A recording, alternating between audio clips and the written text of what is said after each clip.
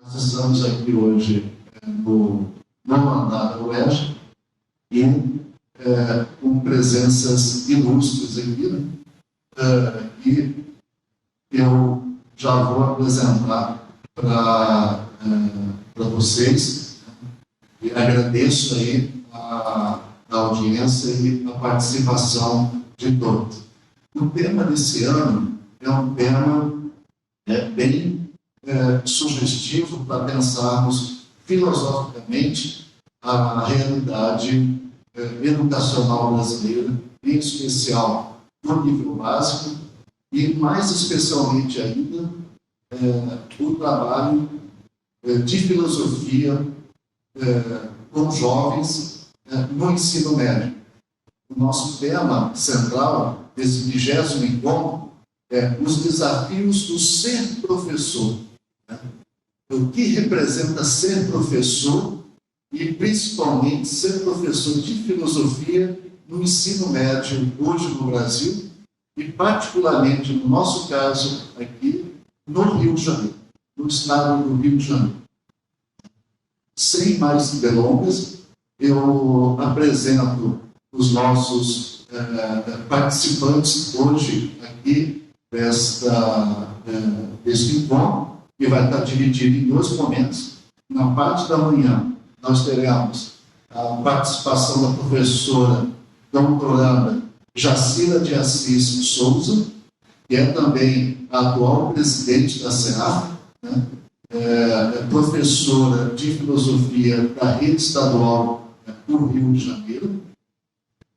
Teremos a participação também do professor doutor Marcelo Guimarães, que é professor da Universidade Federal do Estado do Rio de Janeiro, da UNIRIO, onde ele atua no curso de filosofia, também como professor do mestrado profissional em filosofia em rede, coordena o projeto de extensão Filosofia na Sala de Aula e desenvolve também várias pesquisas no campo do ensino de filosofia. Além disso, o professor Marcelo também é professor do mestrado em Filosofia e Ensino do Cefet, Rio de Janeiro.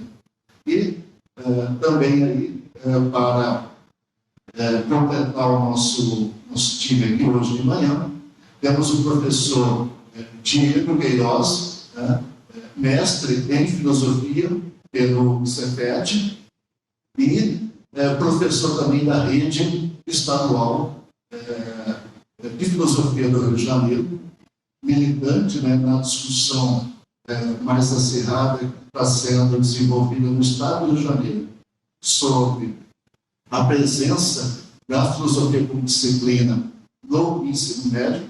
Tem uma grande participação nas mídias sociais e vou agora, vamos iniciar o encontro de hoje com a fala inicial da nossa presidente, a professora Jacira Souza, que irá nos falar um pouco desse momento que é singular para a SEAF, né, do 20º encontro, mas que, por ser bianual, nós estamos há 40 anos com esses encontros estaduais com os professores de filosofia do Estado, e ela certamente vai falar para a gente, nesses 40 anos, como melhorou a condição do professor de filosofia no Estado do Rio de Janeiro, né, professor Jacira?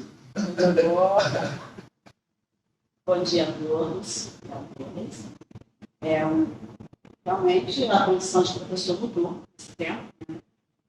Nosso 20º encontro, cada encontro tínhamos um desafio, de uma questão. Dessa vez, da petição para fazer para o professor. No tempo, essa narrativa do professor, a fala do professor está tão disputada, tão concorrida. E a SEAF, que é uma sociedade que nasceu, né, em defesa do ensino, né, de lutar pela permanência, pela inserção e permanência da filosofia, não poderia se falar. Temos muito interesse no assunto, convidamos pessoas para nos ajudar a refletir sobre o fazer do professor. Nesses 40 anos foram muitos desafios, alguns vencidos, mas nós vencemos um desafio, outro surge. Né? E hoje o fazer do professor está em questão, né? É o objeto da reflexão filosófica. Que lugar é esse? Como vamos ocupar este lugar? Como vamos contribuir nesse lugar? Muito obrigada. Temos um bom tempo. Eu que agradeço em nome da organização do evento, Jacira, né? Muito importante a sua participação aqui. O professor que está com a lida, né, com o trabalho da filosofia no ensino médio e o desafio está fazendo um doutorado em filosofia e coordenando essa entidade, né, a SEAF, histórica, muito complexo, muito exigente, né? E ao mesmo tempo muito estimulante. Então, muito obrigado mais uma vez. Passo agora para o nosso colega, professor Marcelo Guimarães, da Unirio, para fazer as suas considerações no nosso encontro hoje sobre os desafios do ser professor na realidade de hoje. Marcelo, nos traga aí as suas ideias, a sua experiência sobre esse grande, realmente, desafio do ser professor e mais, ser professor de filosofia na nossa realidade de hoje. Obrigado, Aldo. Obrigado, Jacira. Obrigado, Dirce, da CEAF, que estão aqui organizando esse evento. É uma alegria estar aqui junto com vocês e com o Diego, especialmente com a Jacira e com o Diego, que são dois professores da educação básica. E eu acho que é disso que se trata o tema, né, do evento, é pensar ainda o lugar do professor da educação básica e as condições de trabalho que estão presentes aí no nosso tempo. Recentemente, a gente organizou as Olimpíadas de Filosofia ali na Unirio, junto com a participação de vários professores de várias escolas do Rio, de algumas universidades também. E lá eu tive a oportunidade de me encontrar com uma ex-aluna de filosofia da Unirio, da licenciatura. E a primeira coisa que ela veio me dizer, infelizmente, foi: professora, eu devia ter feito licenciatura, porque está muito difícil de arrumar emprego, professor. Fiquei muito decepcionada, ela disse, né? E aquilo eu achei muito marcante aquela fala, porque realmente a gente está vivendo uma época de muita dificuldade e de uma desvalorização, desqualificação da condição de professor em geral e do professor de filosofia em particular. Então, eu acho que, pelo menos, eu me senti um pouco obrigado a pensar nisso para participar dessa mesa aqui. Até porque eu me lembrei, quando estava chegando aqui na UERJ, que a gente estava, acho que todos nós aqui, estamos aqui agora, estávamos aqui em 2016, uma jornada da SEAF também, que foi bem no dia que foi publicada a medida provisória 746, que iniciou esse processo da reforma do ensino médio, que hoje exatamente estamos no momento em que essa reforma deu algumas voltas, digamos assim, e está agora no estágio que a gente tem um projeto de lei, né, que está tramitando na Câmara em regime de urgência, e que a expectativa que a gente tem, infelizmente, também não é muito boa. Talvez, de certa forma, né, talvez tenha algumas mudanças na reforma que garantam um pouco a condição do ensino de filosofia, do ensino médio, no sentido de garantir um pouquinho de horas para a disciplina de filosofia, certo reconhecimento, mas a gente não tem certeza se isso vai ser aprovado. Mas, de qualquer maneira, o que parece que vai ser proposto lá pelo relator, que é justamente o ministro Temer, que iniciou o golpe dessa reforma, vou chamar de golpe aqui, de maneira provocativa, ao mesmo tempo provocativa para a gente pensar, né? Porque essa reforma não deixa de ser um golpe na educação brasileira, porque instituiu uma força que impôs um modelo, uma falta de modelo no ensino médio, que fragiliza profundamente a formação geral dos alunos, especialmente os alunos das escolas públicas, das escolas estaduais, que é a maior parte do ensino médio, e impõe uma série de itinerários muito mal elaborados, mal formulados, e que tendem a fragmentar o currículo, portanto, precarizar a formação dos alunos e precarizar a condição de trabalho dos professores, que são obrigados a lecionar disciplinas sem emenda, sem lastro, tipo um tanto inusitado ou até absurdo.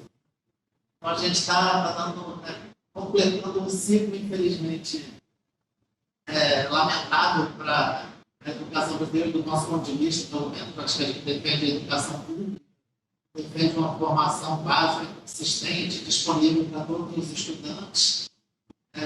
Isso sem negar a importância que possa ter a formação técnica profissional, que é uma das questões que está em jogo aí na reforma. Mas, dito isso, eu também não queria ficar aqui apenas no lamento. Eu acho que a gente tem que pensar seriamente o que nós estamos fazendo. Acho que a SEAF está de parabéns por estar promovendo esse 20º encontro, 40 anos, já que é bienal, né? Bienal. Mas, de qualquer forma, diante dessa situação de desânimo, digamos assim, que os nossos estudantes de licenciatura sentem, eu acho que nós todos temos que pensar, nós dos cursos de licenciatura, os professores que estão nas escolas, a SEAF e todos os professores que estão envolvidos, as pessoas que estão envolvidas na questão do ensino, da formação geral, da presença da filosofia nessa formação geral, a gente tem que pensar o que nós temos para fazer nesse momento e como nós podemos nos articular com as pessoas que estão atuando e com aquelas que estão sendo formadas dentro dessa condição gnóstica. Mas eu falei que não ia ficar só no lamento. Vou tentar, então, seguir aqui alguns pontos que eu tinha anotado, para ver se eu consigo passar. Eu pensei, como o título do evento é o desafio de ser professora, de ser professor e professora, algumas coisas me ocorreram ao pensar esse título. Uma primeira representação que me veio, uma representação inspiradora de uma figura de professor, é o Dom Gregório, do filme A Língua das Mariposas.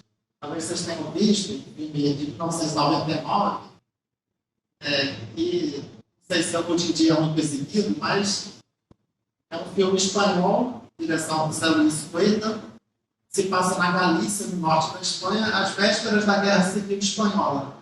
E retrata essa figura do professor Dom Gregório, que é um professor encantado com a natureza, com o conhecimento, com a relação com os alunos, com o sentimento, a curiosidade e a vida dos seus alunos, a quem ele trata sempre com delicadeza e com respeito, em relação a quem está atento sobre o efeito dos seus atos. Busca reparar os efeitos negativos que, porventura, alguns atos geram no filme. Acontece isso com um aluno especial. E busca fomentar ali um círculo de amizades, de descoberta, de investigação coletiva com crianças e tal, para crianças. De uma maneira muito poética, que é retratada no filme. Ele cria uma espécie de fermentário, usando a expressão do filósofo uruguaio Carlos Vaz Ferreira, um fermentário onde a vida possa crescer e se desenvolver e se desperte nas crianças esse desejo de conhecer, esse desejo de descobrir o mundo e de se encantar com o mundo. Então, Dom Gregório é uma prática de um amor pela vida configurada na figura de um professor. E eu acho que é pertinente recuperar aqui agora essa figura do Dom Gregório, até por conta do aspecto trágico do filme, que no final, no início da Guerra Civil Espanhola, o destino do professor ali no filme é triste.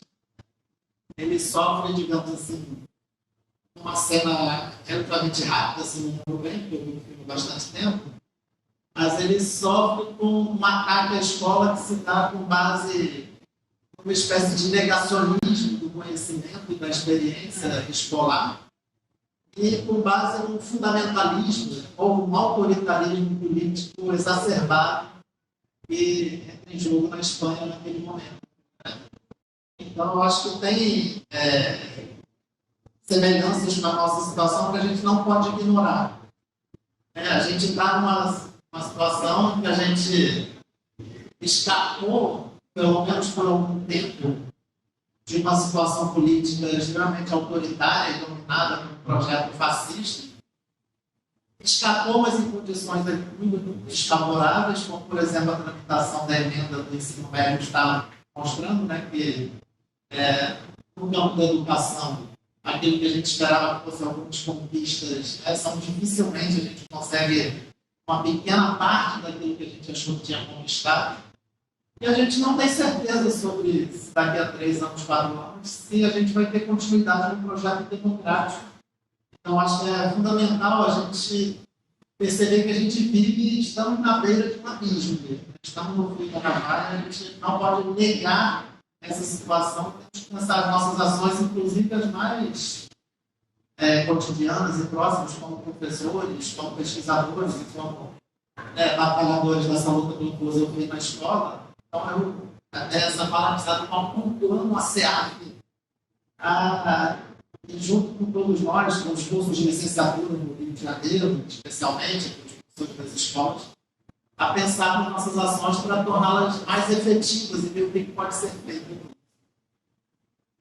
Mas, voltando ao Dom Gregório, e seguindo aqui nas anotações, ele se opõe, a figura do Dom Gregório, para mim, é inspiradora, entre muitos elementos, também porque ele se opõe a uma escola da obediência e a uma escola do controle. São formas de prática escolar que tratam de aprisionar a vida e até torturá-la para servir a propósitos de ordenamento social autoritário da produção econômica compulsiva. Quando o professor cede a lógica econômica da escola, entrega também o valor da sua produção. Torna-se uma máquina, um robô, um escravo, a ser gerido e regulado pelas regras que geram máquinas e robôs. Produtividade, eficiência, responsabilização pessoal, tudo passa por cima de um elemento fundante e fundamental na escola, que é a relação que se pode estabelecer entre as experiências humanas que ali se encontram, a experiência de uma geração mais velha que se encontra com uma geração mais nova e que tem a tarefa de legar ao mundo onde seja possível viver. A tarefa de encontrar o coração de um mundo a ser transmitido para novas gerações. Tudo se atribui e a tudo se culpa e se responsabiliza o professor. Esse ser que deve estar atualizado, deve conhecer seus alunos, deve ser capaz de formá-los e discipliná-los, deve saber o sentido da educação, deve organizar a escola e atender às suas exigências burocráticas, disciplinares, curriculares e até morais e políticas, deve produzir esses seres eficientes, produtivos, empreendedores, protagonistas, proativos e coisas do gênero. Deve orientar os estudantes na formulação de seus projetos de vida que garantam a felicidade e o sucesso econômico de cada um. Não pode se distrair com atividades inúteis, desnecessárias, supérfluas ou subversivas, como às vezes, com frequência infeliz, têm sido chamadas, por exemplo, a filosofia, a sociologia. Deve ensinar competências e habilidades essenciais para a formação de um trabalhador obediente, que sabe ler e fazer contas, e não muito mais do que isso.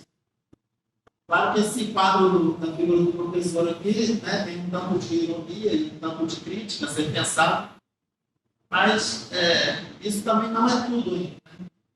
Eu lembro aqui do texto que eu já discuti com algumas vezes, algumas aulas que fizemos juntos, o chamado Manifesto Neoliberal contra os Professores, publicado na Inglaterra nos anos 70, e ali se formulou uma ideia dos professores como os grandes responsáveis pela decadência econômica e política da Inglaterra, industrial inglês, que a gente escreve esse manifesto.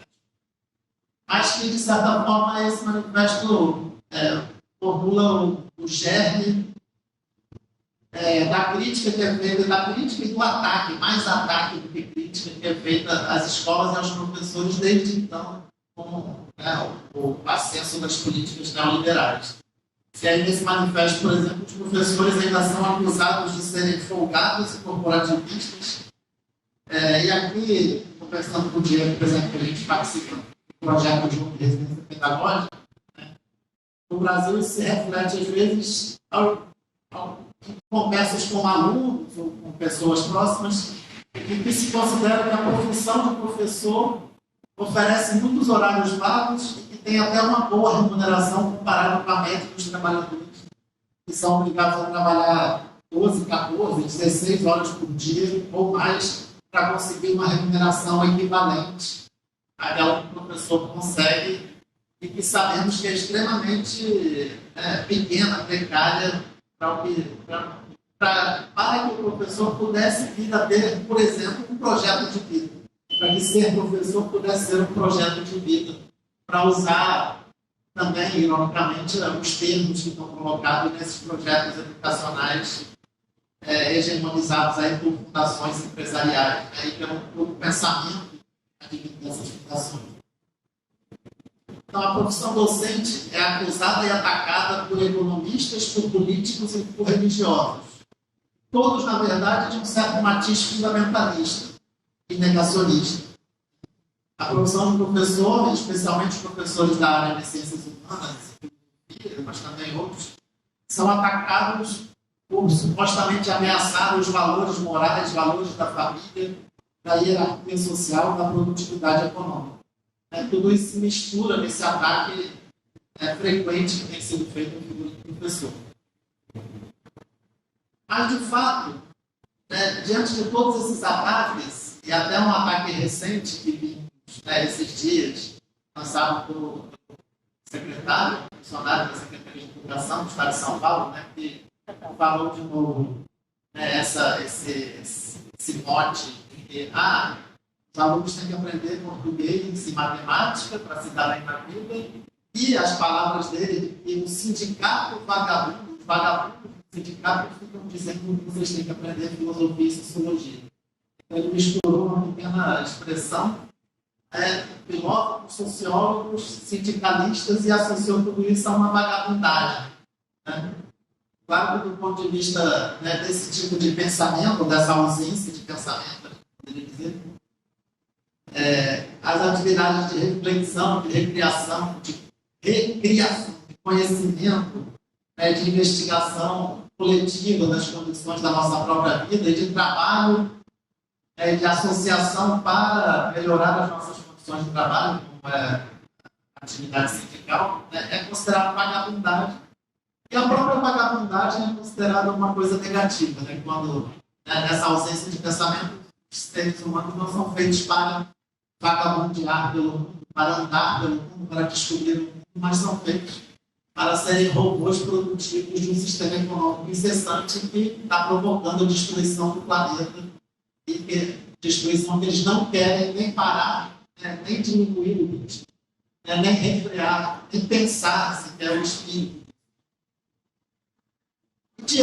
Pois justamente, diante disso, esse ataque que os professores e as escolas sofrem é até uma espécie de elogio, porque mostra que eles têm muito medo de que a escola exista como escola, de que o professor e a professora atuem como professores no sentido mais simples dessas palavras, e de que os filósofos, especialmente, até digam a palavra filosofia na escola. Parece que a mera pronúncia da palavra filosofia já é capaz de abalar todo um sistema de pensamentos, de crenças, de condutas que se querem com a sociedade. E talvez seja isso mesmo. Talvez a palavra filosofia já tenha um poder, a palavra professor e professora tem um poder e a gente mesmo não desconfia. Então, talvez nós precisemos reaprender a pronunciar essas palavras com calma, com cuidado, com atenção às pessoas que estão conosco, e até com uma certa ironia diante dessa voracidade atropeladora que está aí no mundo e a política nacional. Então, de fato, a mera existência da profissão de professor e de professora é um signo que remete a uma possibilidade de emancipação humana pela via do conhecimento, da cultura, do aprendizado técnico, da formação profissional, da formação integral, da formação humana, que envolve a convivência, a construção de comunidades de aprendizagem, onde todos são bem-vindos e todos e todas têm a contribuir de uma forma única, diferente, singular, cada um, para a construção de uma vida coletiva que é plural e não opressiva, não totalitária, embora possa ser também unificadora, mas sem ser uniformizante. Diante de uma sociedade, de grupos dentro da sociedade que atacam constantemente a escola como esse espaço de igualdade, de liberdade de pensamento, e atacam constantemente a profissão de docente, de professor e professores como improdutivo, incapaz, o que podemos fazer como professores? Um pouco de ironia, talvez um pouco de humor e até um pouco de disparate. A minha fala aqui ela vai estar marcada, talvez já esteja. Pensei em marcar um pouquinho de disparate, então me perdoem se falar algumas coisas nonsense, mas ao pensar o que nós podemos fazer dentro desse mundo, parece estar caminhando para uma autodestruição, um desprezo pela vida dos seres da imensa maioria da população. Ver as coisas com filosofia, tomar as coisas com filosofia, pode nos obrigar talvez a um certo disparate. Talvez apareça um pouco mais para frente. Um pouco de ironia, um pouco de humor pode ser um caminho para lidar com as nossas mazelas, inclusive com a nossa incapacidade de nos comunicarmos e nos agenciarmos conosco mesmos, incapacidade da qual são retratos por vezes as nossas salas de professores. E essa ironia, esse humor não nos torne cínicos, nem desfaça o nosso compromisso com a criação de espaços onde nós, os estudantes, possamos pensar juntos, possamos aprender juntos e crescer juntos, dessa forma plural, diferida e singular. No caso do ensino de filosofia e de ciências humanas especificamente, acompanhamos esse processo de revisão da reforma do ensino médio, levado a cabo com muitas dissensões e indecisões, uma associação do próprio MEC, das Secretarias Estaduais de Educação, com as fundações empresariais e com esse projeto que tem sido implementado no meio desses grupos. A humanidade e a filosofia defrontam-se todo dia com a tesoura de Lehmann, fazendo a brincadeira com a navalha de Ockham, né, que a filosofia produziu para, digamos, potencializar o próprio pensamento. Conversando com o Diego ontem, a partir de uma charge que foi colocada no jornal, ameaça às humanidades, à filosofia, tinha uma grande tesoura assim, desenhada diante dos filósofos. A gente brincando, da navalha de Ockham, o que é essa tesoura que o Diego lembrou bem? A tesoura do Lehmann, né? Que importa as disciplinas e não se importa em cortar os bilhões nas empresas aí para estar associado, né, pelas acusações que estão rolando aí pela imprensa. Então, as humanidades e a filosofia defrontam-se com essa ameaça de corte, de golpe, de impeachment, de impedimento.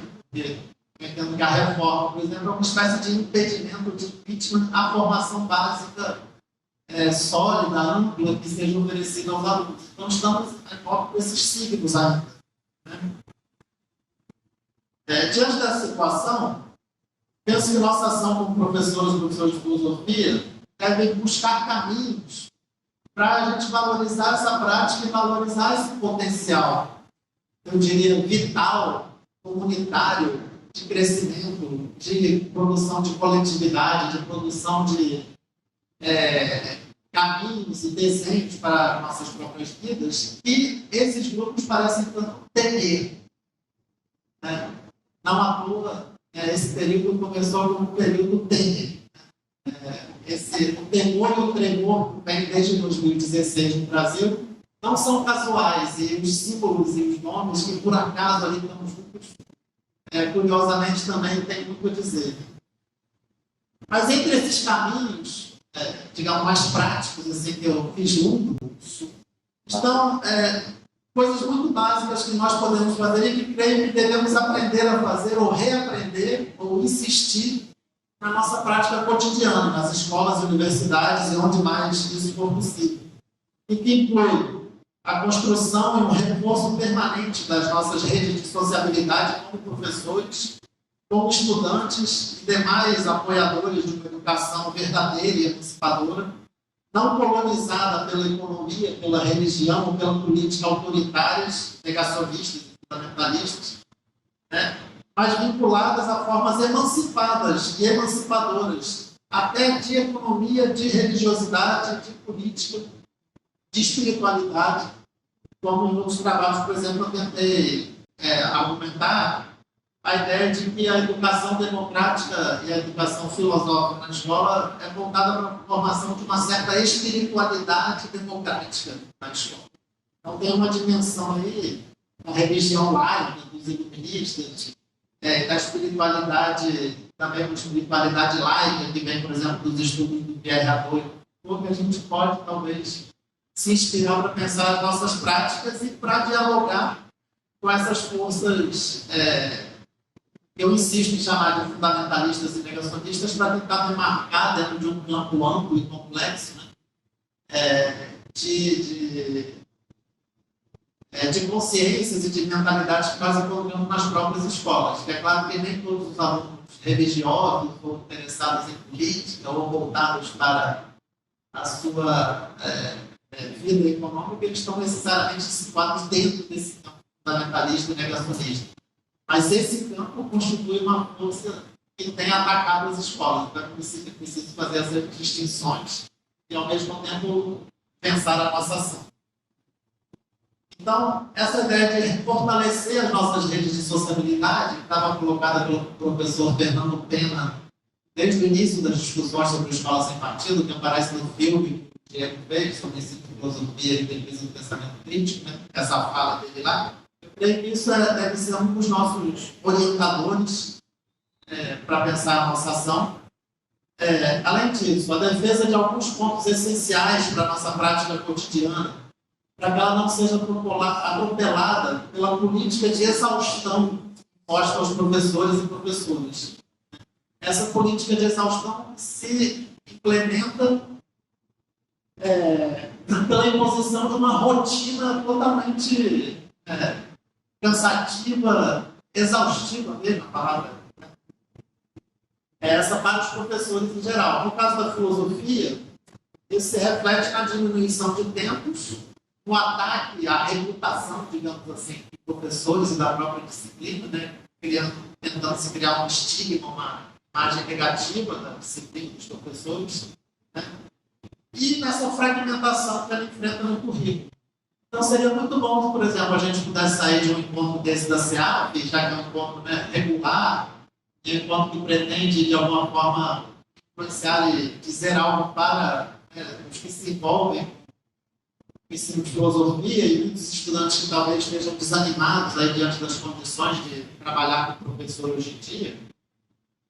Seria interessante firmar uma espécie de documento, um manifesto, que diz talvez as mesmas coisas que dizemos sempre, mas talvez valha a pena dizer mais uma vez. No caso da filosofia, eu identificaria a defesa da disciplina como presente nos currículos, de preferência nos 3 anos do ensino médio, com um mínimo de 2 tempos semanais.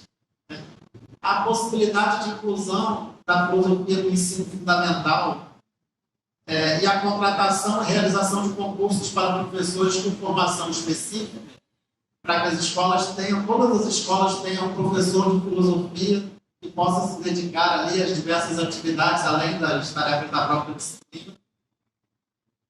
São alguns pontos-chave que, me parece, devem estar presentes nas disputas que nós fazemos no campo de medidas provisórias e projetos de lei, né? São alguns pontos e nas políticas educacionais estaduais também. Além disso, certamente há outros pontos que dizem respeito às condições de trabalho dos docentes, que a gente não pode ignorar, mas esses 3 são específicos para a questão curricular da filosofia e para a condição de trabalho do professor de filosofia, portanto, diz respeito às licenciaturas também. Além disso ainda, né, outras atividades, algumas outras linhas de atividades que me parece importante seguir. A promoção de atividades que esclareçam a importância da filosofia para os alunos e alunas, além das próprias aulas, talvez, né? Mas também para a comunidade escolar e para a sociedade. Atividades frequentes e regulares de conversa, de divulgação, de leitura e pensamento filosófico, como uma prática necessária à vida e ao enfrentamento dos problemas que nos afligem como seres humanos, tanto os problemas perenes, aqueles problemas eternos da filosofia, quanto os problemas muito contemporâneos que enfrentamos, né, com a questão tecnológica, com a questão ambiental, com as questões sociais, éticas que se levantam em função das novidades, digamos assim, do mundo atual. Então, parece que nós nos dedicarmos a esse tipo de atividade é uma forma de tentar dialogar com a sociedade no momento em que ela se vê assediada por esses discursos reacionários, né, mais do que conservadores, simplesmente, porque há que se perguntar o que os discursos conservadores pretendem conservar. E hoje em dia, a gente vê que quando alguém se diz conservador, muitas vezes ele defende a violência, defende a discriminação, defende a permanência da exploração, né? E, portanto, se conserva muito pouco do que realmente é valioso para a vida, tanto individual quanto social. E por isso, o enfrentamento desses discursos reacionários também é importante. Em tempos de cismogênese e retórica do ódio, que são dois termos que têm sido utilizados para analisar esse assédio que a sociedade tem sofrido da propaganda desses discursos reacionários, né, extrema-direita, vou chamar de reacionários aqui para resumir, porque são muitos aspectos. Mas, na análise, alguns estudiosos têm destacado esses termos. Né? A Letícia Cesarino, João César de Castro Costa, são dois referentes aqui. O professor João César Pizzi, professor da UERJ. Eles apontam essas dois caminhos, digamos assim, duas estratégias que são complementares. Né? Se promove uma retórica do ódio, então se tratam certos grupos, certos indivíduos e certas disciplinas, no caso da filosofia, por exemplo, sociologia, humanidades, até certas instituições como a escola, se retrata de maneira a fazer transparecer uma face odiosa. Então, como se eles e elas fossem causadores de uma degradação da sociedade, e que, portanto, precisariam ser atacadas. E, junto com isso, se promove uma estratégia de cismogênese, que, tentando traduzir brevemente, é um tipo de discurso que promove a cisão, a divisão social de maneira inconciliável. Não é a produção do inimigo, é a produção de um impedimento do diálogo, um impedimento da conversa entre diferentes. Então, tem a ver com essa situação que muitos de nós vivemos recentemente, da impossibilidade de conversar até dentro da própria família, de toda conversa gerar uma briga. Isso tem sido produzido. Acho que é importante perceber que tem uma máquina de propaganda que produz isso intencionalmente. E faz parte desse conjunto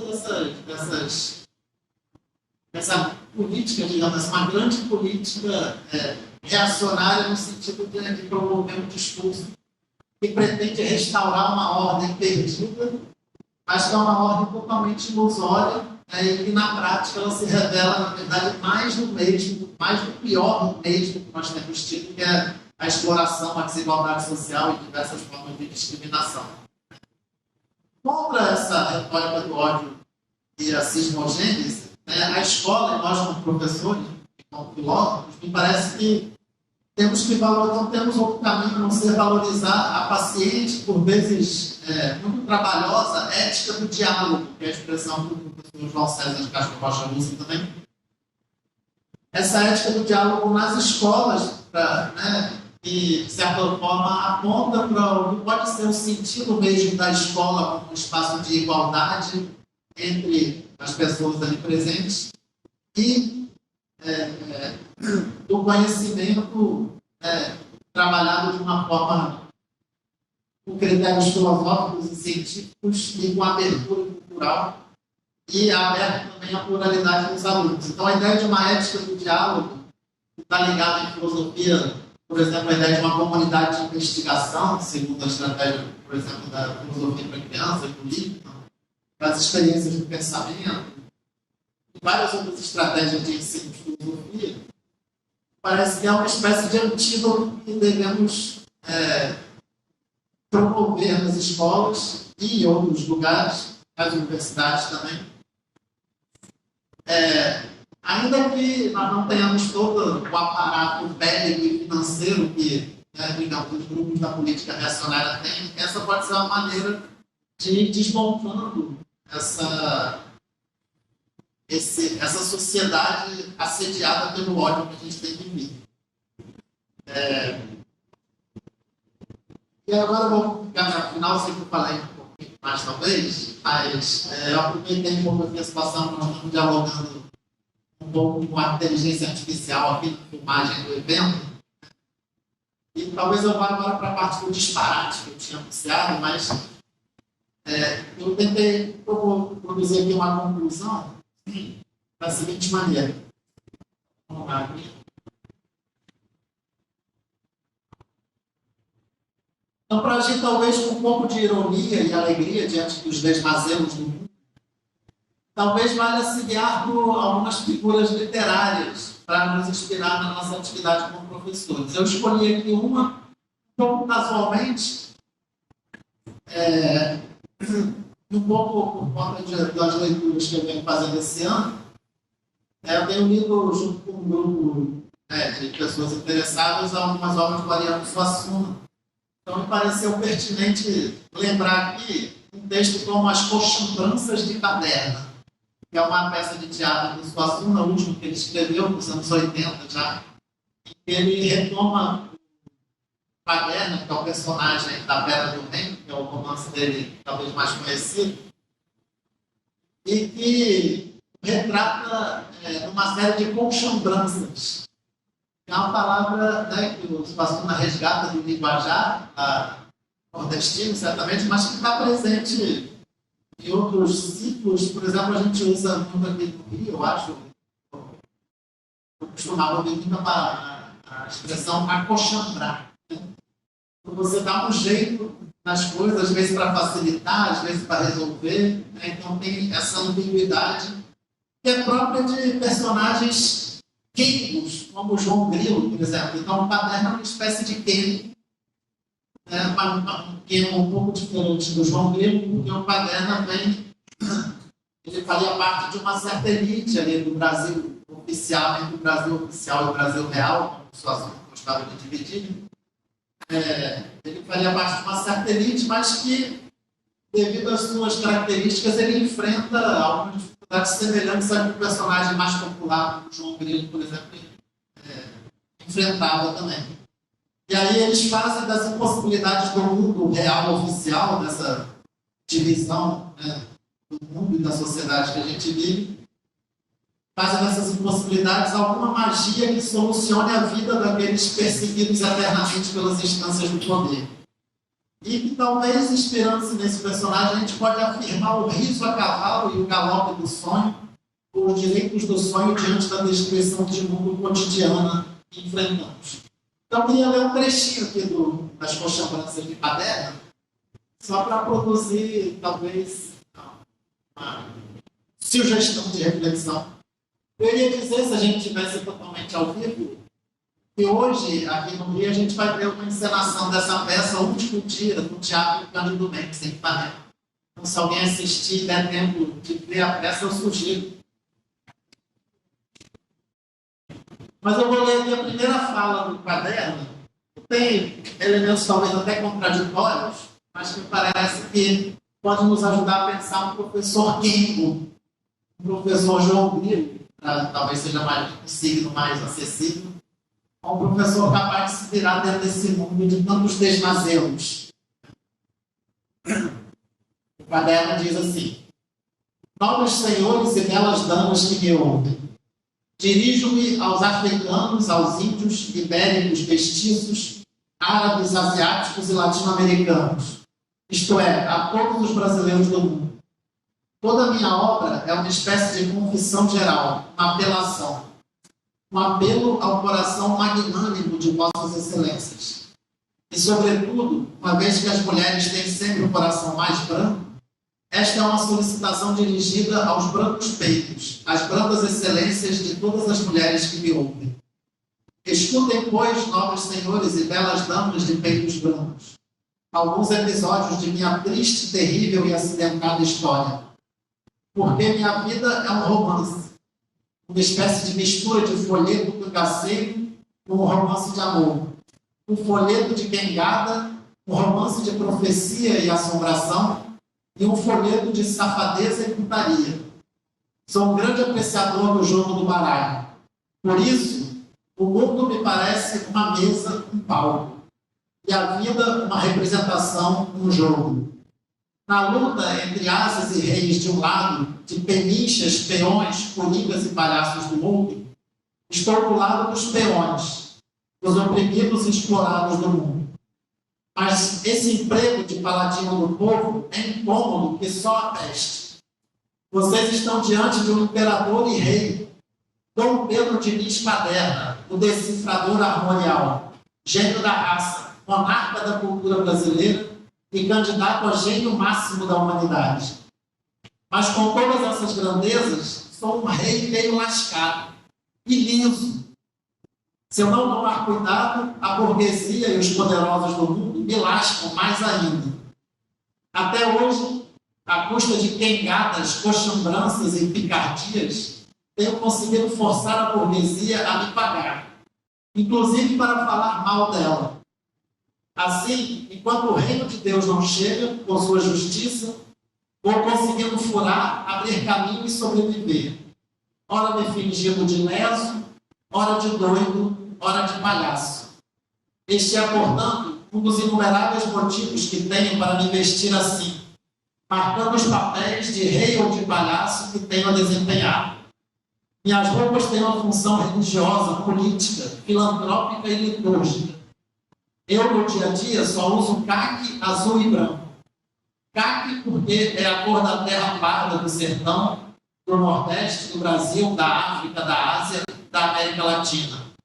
Azul e branco porque são as cores do povo pobre do mundo, do povo do Arraial de Canudos e das favelas. E também porque, apesar de safado, sou devoto de Nossa Senhora. Outra coisa, não reparem não, mas no meu mundo o Cristo é negro e o diabo é branco. Nos momentos em que estou desempenhando o papel de rei, astrólogo e consultor sentimental, uso coroa, cetro e manto para, como padre, confessor e profeta, dispensar às mulheres desconsoladas, aflitas, solitárias e necessitadas alguns dos sacramentos mais carinhosos do meu catolicismo sertanejo. O cetro e a coroa vêm do alto dos guerreiros. O manto tem as cores da parte católica e da parte negra e vermelha de minha santa fé. O azul com cruzes brancas de um lado e o vermelho com crescentes de outro. Agora, quando vou desempenhar minhas funções de escrivão, de coletor e serventuário da justiça, aí um casaco que uso no comum se abre e mostra a camisa com colarinho e gravata que a burguesia, idiota como sempre, considera indispensáveis para o exercício de qualquer autoridade. Hoje aqui, a primeira parte da farsa e drama de circo que se vai apresentar é sobre isso.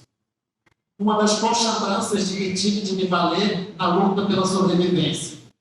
Para marcar mais um ponto, mais uma vitória no combate, que como paladino dos povos magros, escuros e famintos, eu travo contra os brancosos, os ricos, os poderosos e burgueses do mundo inteiro. E vamos ao espetáculo. Vou interromper aqui esse trecho. É claro que isso aqui é mais uma alegoria, né? Não é para ser seguido ponto a ponto, mas é para sugerir essa figura do Caderna como um disparate possível para enfrentar esse festival de contradições e mal-entendidos produzidos intencionalmente e estigmatizações e muitas coisas que a gente tem enfrentado como professores, né? E aí eu lembro que no início aqui ele fala uma coisa que me lembra aquela questão que a aluna que a aluna colocou, do desânimo de ser professor de filosofia, pela dificuldade de encontrar um lugar para trabalhar, essa chamada que ele faz aos todos os povos mestiços do mundo, todos os brasileiros do mundo. Né? Lembra que, curiosamente, na filosofia a gente vive também um momento paradoxalmente rico, porque a gente está num momento em que nós temos, por exemplo, 2 pós-graduações que abrangem o Brasil inteiro, voltadas para o ensino de filosofia, que tem envolvido centenas de mestrandos em todas as partes do Brasil, que estão passando feito pesquisa em ensino de filosofia. Temos professores presentes nas escolas que entraram em concursos e em processos que aconteceram até 2016, mais ou menos. Né?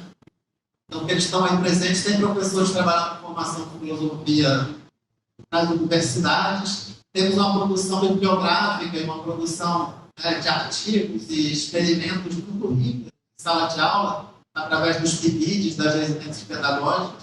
Temos uma filosofia nas ruas, eu estava vendo para cá, lembrei, e queria citar hoje também.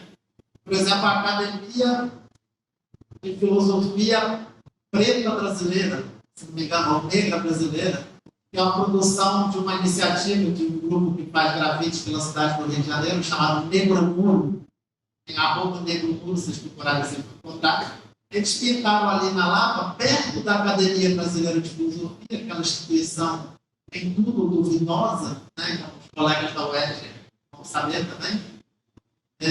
Ali perto eles pintaram os muros com figuras importantes do pensamento filosófico preto brasileiro.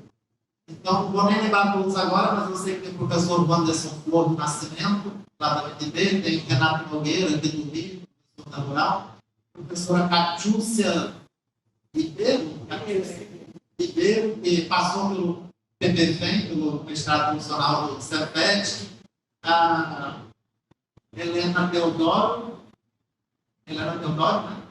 E passou, fez parte do filme Diego, e minha primeira professora doutora em filosofia negra, né, do Brasil, e que tem trabalho não só com filosofia, mas com a cultura negra em geral. E mais alguns que eu não vou lembrar, tem mais uns 2 ou 3 que eu não vou lembrar agora, mas que me parece que esse é um dos elementos que a gente pode voltar também para nossos alunos e para nós mesmos, para pensar como que a gente pode atuar em filosofia para além dos limites que a gente está acostumado a atuar dentro da instituição escolar, da instituição universitária. A gente talvez ir para as ruas e de várias formas e de maneiras que a gente tem que inventar, porque a gente não tem os caminhos totalmente prontos. E aí, para finalizar mesmo, de verdade agora, tentei enfrentar assim, essa ideia dos desafios de ser professor e professora de filosofia. Quando eu vi o texto, quando eu vi o título, eu fiquei um pouco incomodado com a ideia do ser professor.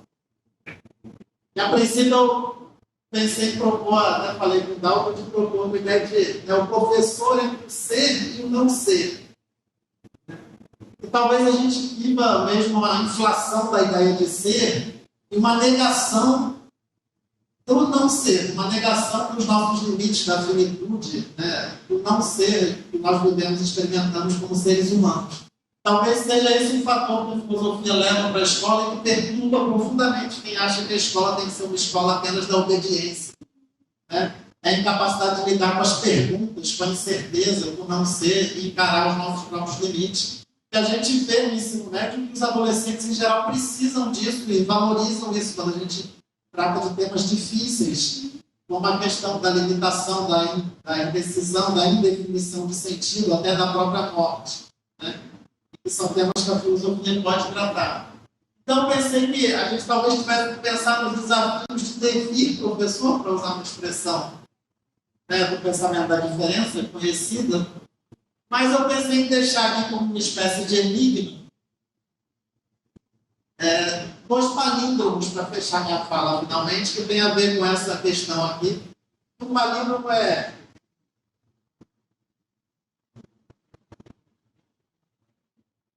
ser CR Reis, mas podia ser CR Reis. Errar aqui no meio. É um enigma mesmo, está numa frase que eu vou explicar, mas que me faz pensar, então vou deixar aqui. E a outra frase, outro palíndromo também, é esse aqui. E devir rir verde. Eu queria deixar essas duas frases como uma homenagem à discussão entre o ser e o devir aqui, para pensarmos a nossa condição de professor. Desculpa ter falado muito, me aproveitei um pouco aqui das condições de gravação que estamos, mas obrigado aí pela atenção. Valeu, Marcelo. Muito obrigado, Marcelo. Sempre bom poder ouvi-lo. E provocou bastante. Depois a gente pode discutir um pouco aí algumas provocações muito legais. Passo agora para ouvirmos o nosso colega, o professor Diego Queiroz, que vai também trazer as suas considerações sobre esse tema do 20º Encontro Estadual de Professores de Filosofia desse ano, os desafios do ser professor. E aí, Diego, como é que está a situação aí? Você que está, como a gente brinca, né, na escola básica também, né? O que você pode nos dizer aí a partir dos seus estudos e da sua experiência tão grande? Maravilha. Então, primeiramente, queria colocar aqui que eu fico feliz aqui de estar nessa mesa. O Marcelo, que foi meu orientador no meu mestrado, finalmente eu terminei esse ano. Com a Jacina, que é a minha companheira não só de CEA, mas também na rede estadual, e com o Dalton, que o meu mestrado deve muito ao Dalton, me aproveitei muito do que ele escreveu para pensar ali a questão da educação do currículo e os desafios que são colocados ali, a educação, a presença da filosofia no currículo. Então, essa mesa, de certa forma, me alegra muito e está ligada a tudo que eu estou pensando no momento e tudo que envolve minha luta hoje. Não? Então, o Marcelo fez uma fala muito que diz pensar aí de uma maneira geral esse momento da educação e também ensino de filosofia nesse momento. Né? E eu gostaria de fazer uma fala que vai ser um pouco de um recorte disso. Tentar localizar essa questão que o Marcelo colocou, mas tratando de pontos mais específicos do professor do Estado, da rede estadual, da SEDUC, que é a minha experiência empírica, estou ali no chão da escola, e também está relacionado a meu estudo. No caso ali, estava estudando isso para terminar minha dissertação. O primeiro capítulo da minha dissertação trata desses problemas que o Marcelo colocou e privilegiando justamente a questão da situação no Rio de Janeiro. Né? E muitos amigos meus da escola, tanto da área da filosofia quanto de outras áreas de ensino, ainda estão meio perdidos em relação ao que está acontecendo. Inclusive, essa semana eu estava conversando com o professor e veio, ué, Diego, filosofia agora só vai ter no primeiro ano? Não, a gente falou isso aí, tá? Desde já estou há 2 anos falando isso, e ainda tem pessoas que estão com uma dificuldade de entender por uma série de motivos. Né? Pois aconteceu no momento da pandemia, aconteceu de maneira truncada, e para a gente de filosofia ainda tem uns detalhes que dificultou a gente ter a sensibilidade em relação ao corte que aconteceu no ensino de filosofia na rede estadual. E aí, para abrir esse papo, que vai tentar privilegiar esse entendimento de como está a situação do ensino de filosofia na rede estadual, eu quero justamente me remeter a essa charge que o Marcelo já citou aqui, que foi publicada no Estadão, né? Foi o Globo. E a imagem é uma tesoura, um aspecto sombrio, e do lado da tesoura, olhando assustado para a tesoura, a gente tem o Platão, o Marx, o Foucault, o Sartre. E embaixo da charge a gente tem um texto colocando lá que a filosofia e a sociologia estão presentes no ensino médio, segundo o levantamento deles, apenas 10% da carga horária. Então, o Globo coloca esse problema agora. Está em 10% do ensino médio e a charge é visivelmente uma crítica, como se fosse um panorama assustador, a tesoura como algo mal, ameaçando aí pensadores importantes da história da humanidade. Mas por que eu quero abrir com essa imagem? Porque eu quero justamente fazer uma pequena reflexão para a gente entender como que a gente chegou nesse momento aqui e, depois disso, justamente, entender como que esse cenário assustador está presente no Rio de Janeiro, mas sem cair também numa fala simplesmente fatalista, esperançosa e triste. Eu quero fugir disso. Às vezes, as minhas falas acabam sendo apocalípticas e eu quero tentar evitar isso hoje. Então, a gente está colocado num cenário tenebroso para o ensino, não só de filosofia e de sociologia, mas para o ensino monístico no país e no Rio de Janeiro, com uma reforma. Inclusive, essas críticas, esse movimento de defesa da humanidade não se dão só aqui. Por exemplo, no Paraná, a gente tem um coletivo de defesa de humanidades, a gente tem no Nordeste também um coletivo de defesa do ensino de filosofia. Então, a gente tem essa movimentação de defesa do ensino frente a ameaças pelo país inteiro e voltado à humanidade no geral. Filosofia e sociologia são as disciplinas que mais sofrem dentro da humanidade, dentro do que eu consigo acompanhar, mas toda a humanidade está sendo atacada. Então, é um ataque contra a humanidade, é um ataque contra o pensamento crítico. Tal como o documentário lá que o Marcelo já citou também, que a gente produziu em 2019, já apontava. Essa reforma é um ataque à educação crítica. É um ataque à humanidade, mas um ataque à educação crítica. E esse ataque ele vem justamente depois de um momento muito interessante para o ensino de filosofia e de sociologia também, que foi o momento da lei de obrigatoriedade do ensino de filosofia e sociologia. Porque, como o trabalho do Dalton Dalton aponta no desfecho dele, sempre que a filosofia constou como algo não obrigatório, a sociologia também, ela teve vulnerável dentro dos currículos. Muitas vezes ausente e muitas vezes uma presença meio frágil. E foi com a lei de obrigatoriedade que a gente teve a presença de filosofia nos currículos da educação básica, sobretudo nas escolas dos trabalhadores, porque a filosofia nunca saiu do ensino médio, mas nunca saiu das escolas voltadas à elite, à classe média alta, à escola da classe trabalhadora.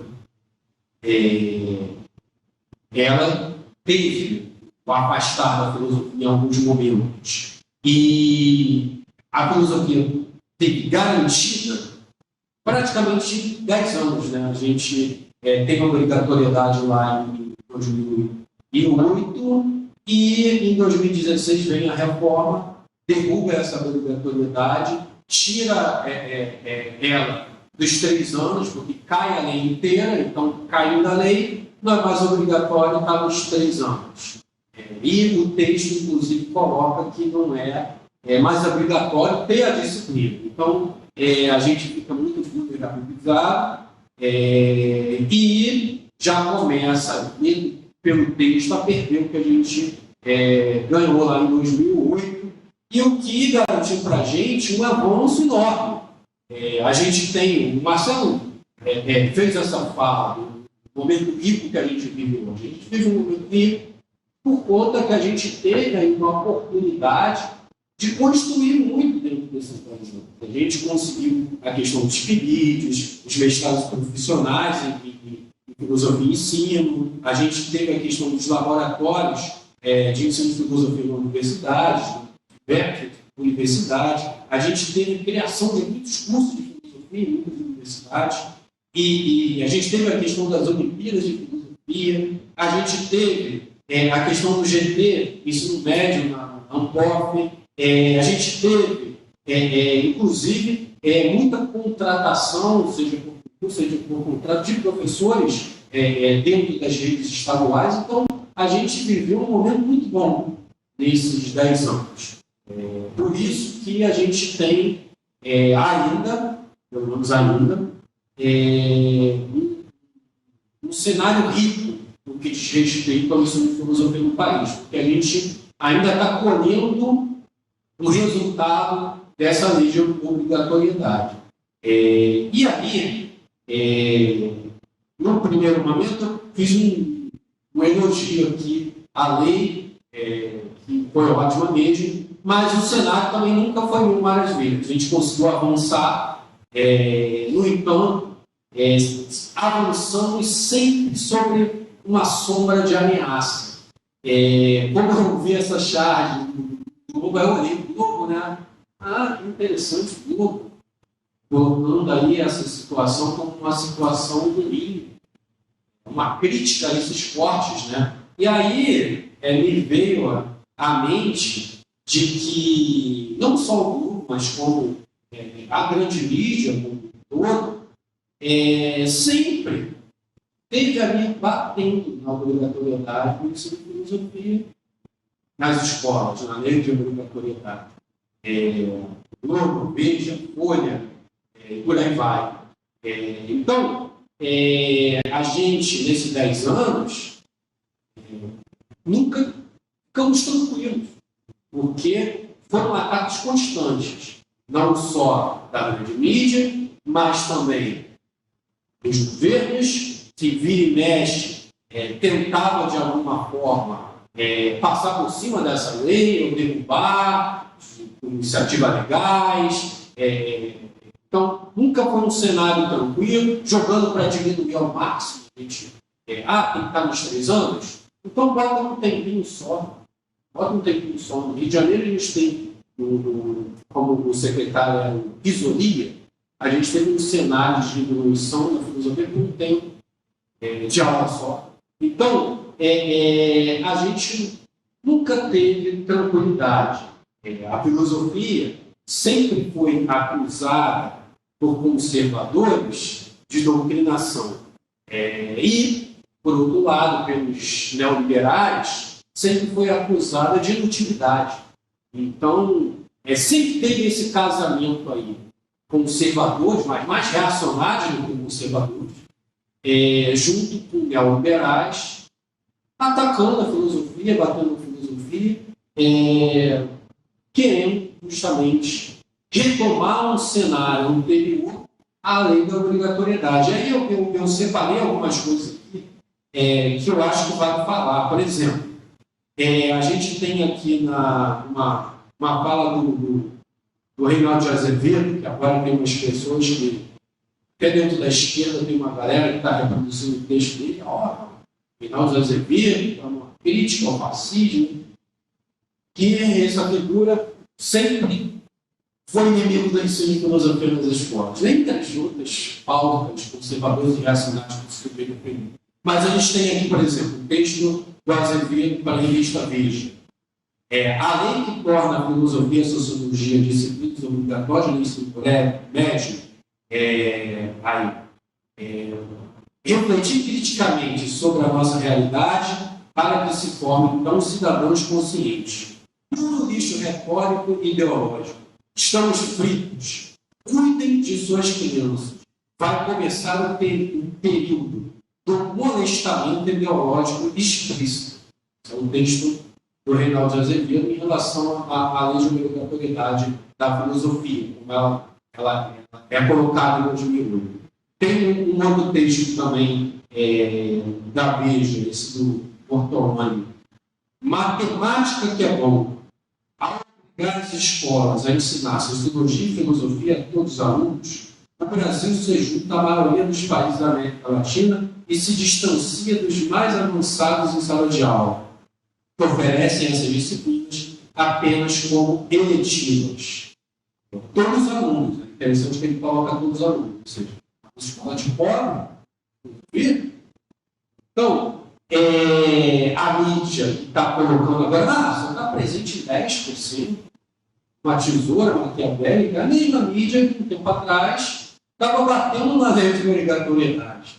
Então, isso eu acho interessante colocar. E em relação aos governos, ratificar que a gente teve, por exemplo, em 2012, aqui no Rio de Janeiro, o secretário Risolia cortou um tempo de filosofia para abrir espaço para matérias como problemas matemáticos e produção textual.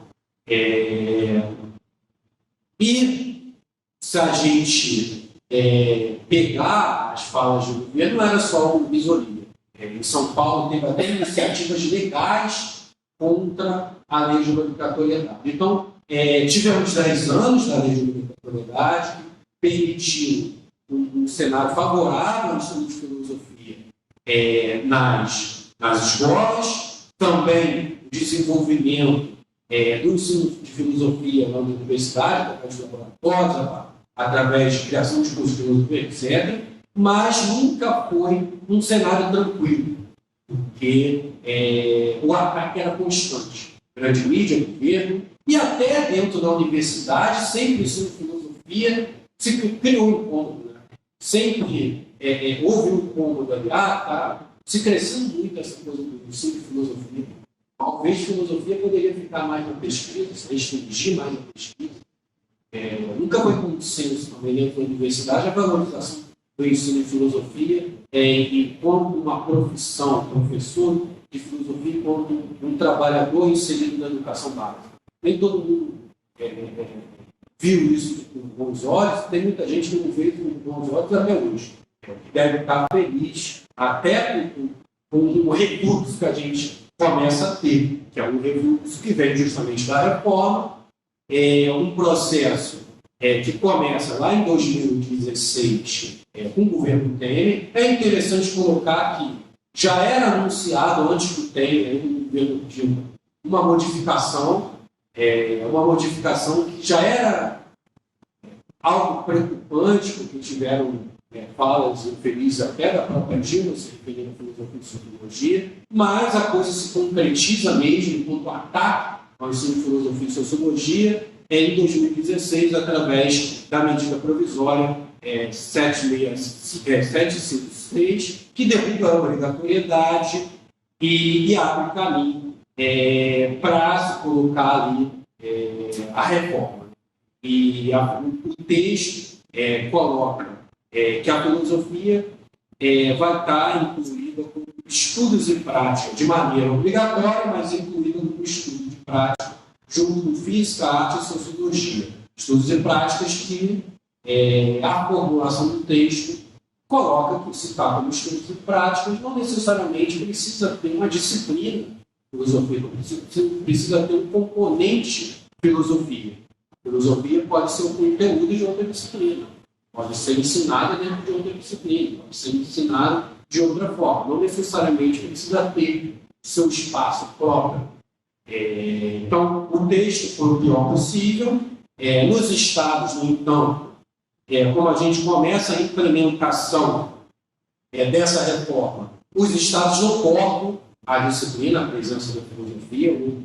Eu fiquei sabendo de um estado que chegou e falou: não, a filosofia acabou, agora a filosofia vai estar ensinada dentro de história, dentro de geografia. Eu não fiquei sabendo de casos de estados que fizeram isso, mas pelo texto eles podiam fazer.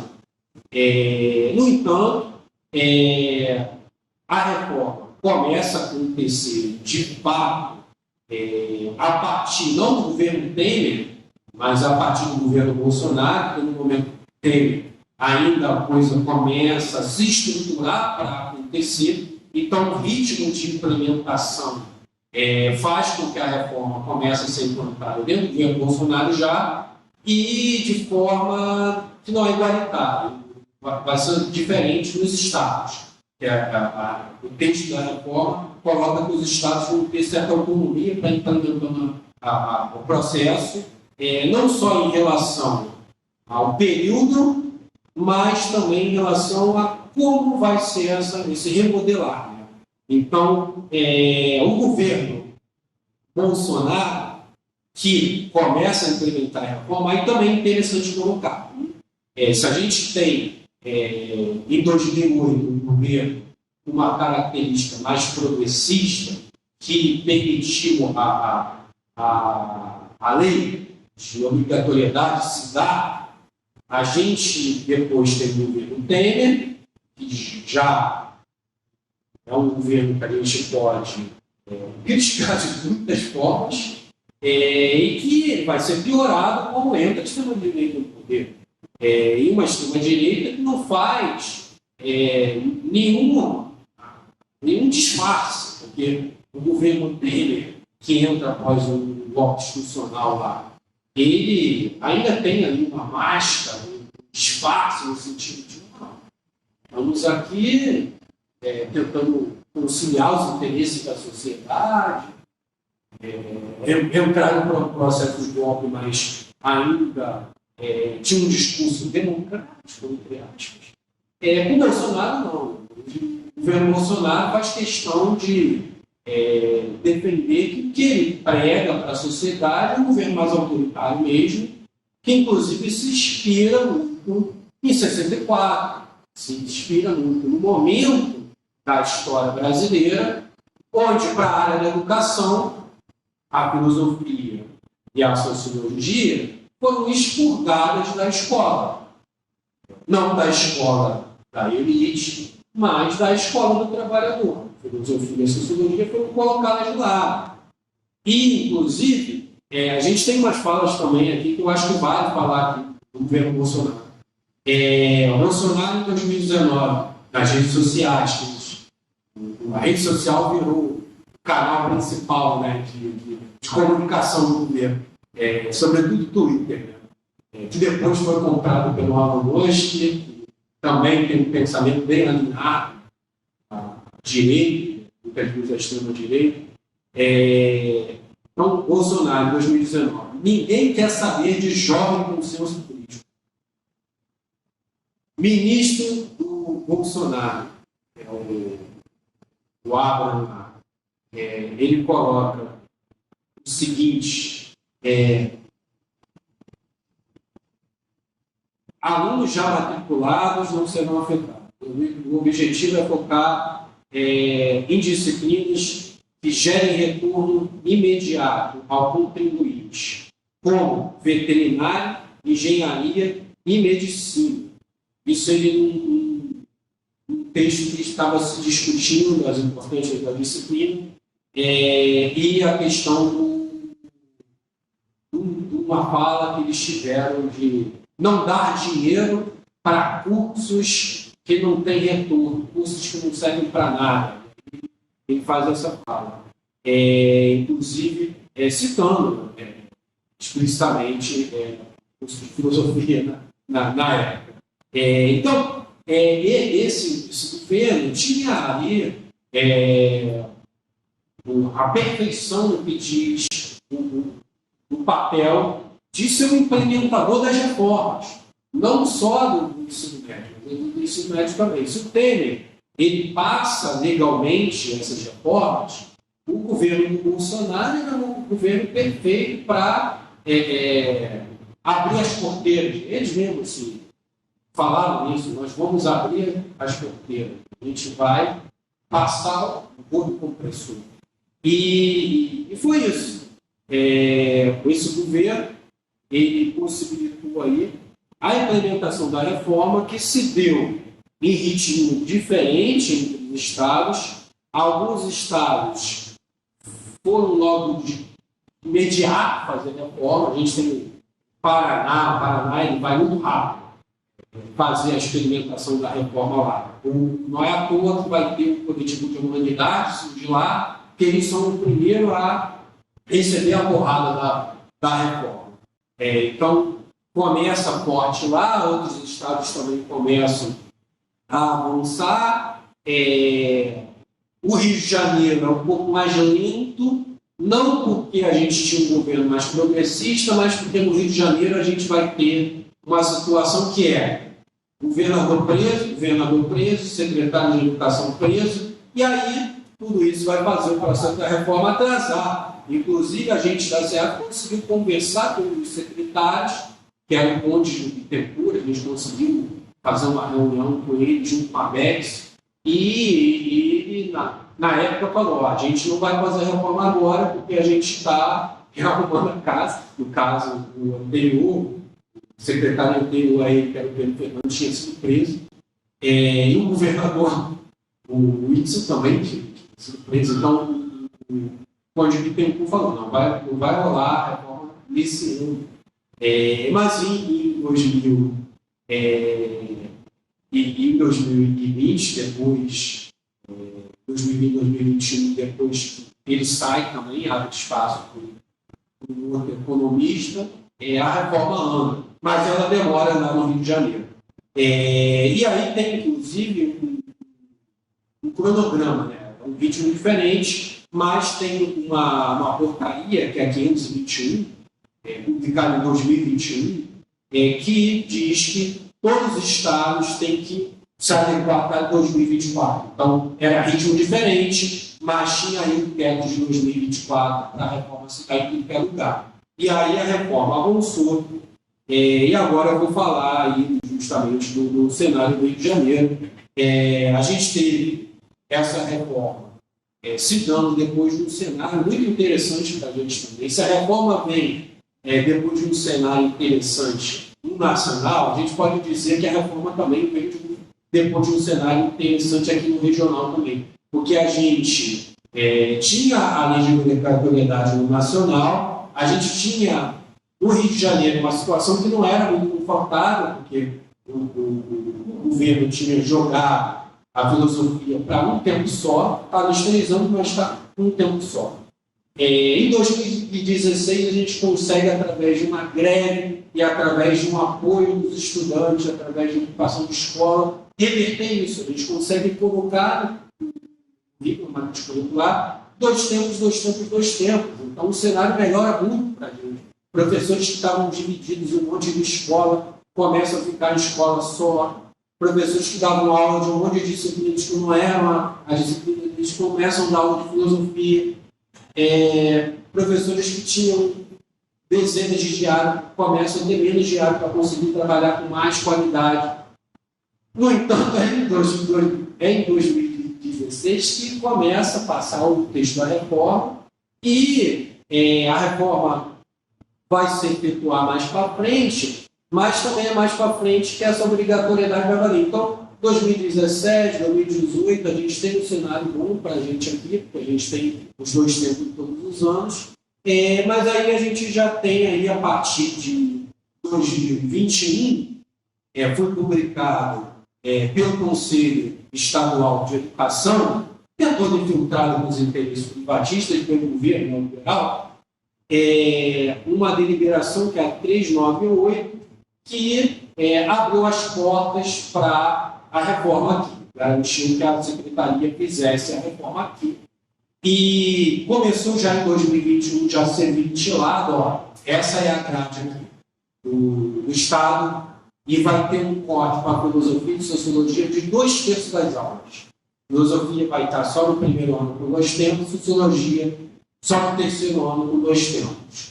Isso rolou como boato em 2021, que não foi negado o boato, até porque era verdade. E aí, em 2022, a gente tem no Diário Oficial a publicação aí da grade apontando que seria justamente dessa maneira mesmo. A gente teve uma redução de 2/3 da carga, foram as disciplinas que mais perderam tempo, e filosofia, agora com a reforma, só está no primeiro ano com os 2 tempos de aula.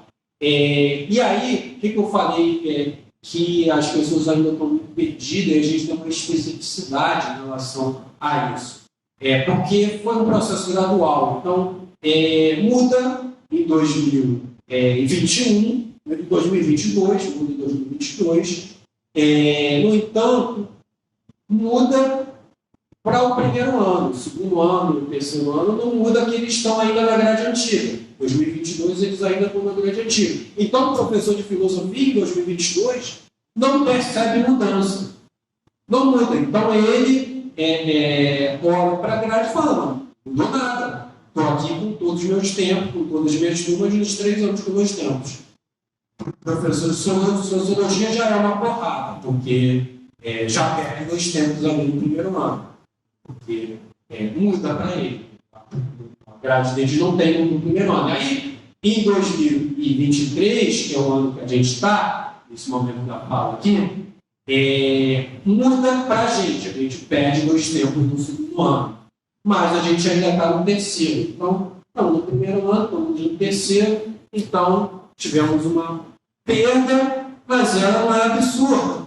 Então, muita gente, não, esse tempo eu encaixo em outra disciplina, eu pego um tempo que era GLP, eu coloco como meu hora extra, eu boto como meu tempo normal, e não está tão ruim assim. O professor de sociologia não, o professor de sociologia já perdeu mais 2 tempos. Então, para eles, a situação já está catastrófica. Mas para a gente vai ser catastrófico no ano que vem, porque vai tirar do terceiro, então a gente vai ficar só no primeiro. Então, para 2024, a gente ainda não percebeu, você vai perceber agora, como a direção chegar e entregar o tempo de aula, vocês estão só no primeiro tempo. Que é isso? Agora a filosofia do Estado de Janeiro está só no primeiro ano, com 2 tempos. São apenas 2 terços da carga horária.